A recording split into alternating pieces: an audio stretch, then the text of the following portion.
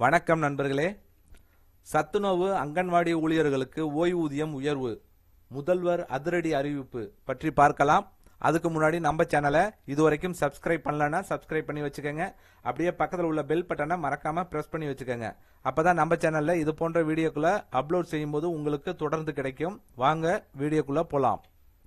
2026ஆம் ஆண்டு சட்டப்பேரவை தேர்தலை முன்னிட்டு நடைபெற்று வரும் முதல் சட்டப்பேரவை கூட்டத்தொடரில் முதல்வர் மு.க.ஸ்டாலின் இன்று சத்துணவு மற்றும் அங்கன்வாடி ஊழியர்களுக்கு முக்கிய ஓய்வூதிய உயர்வு அறிவிப்புகளை வெளியிட்டார். அதன்படி அங்கன்வாடி பணியாளர்களின் ஓய்வூதியம் 2000 3400 உயர்த்தப்படும் என அறிவிக்கப்பட்டுள்ளது. இதேபோல் குறு அங்கன்வாடி பணியாளர்கள் மற்றும் வனக்கல பணியாளர்களுக்கான சிறப்பு ஓய்வூதியம் 2000 3200 உயர்த்தப்பட்டு பணி நிறைவின் போது வழங்கப்படும் ஒட்டுமொத்த தொகை ரூபாய் 1 லட்சத்திலிருந்து 2 லட்சமாக அதிகரிக்கப்படும்.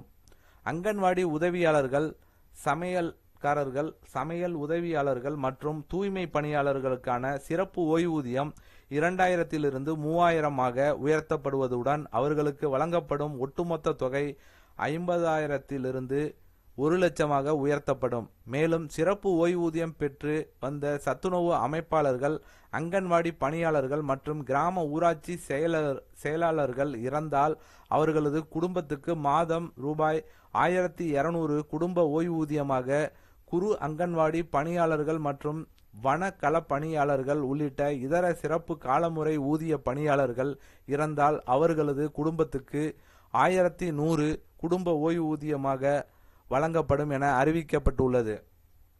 மேலும் அங்கன்வாடி மற்றும் சத்துணவு பணியாளர்கள் உயிரிழந்தால் இறுதி சடங்குகளுக்காக ரூபாய் 20,000 வழங்கப்படும் என்றும் முதல்வர் தெரிவித்துள்ளார்.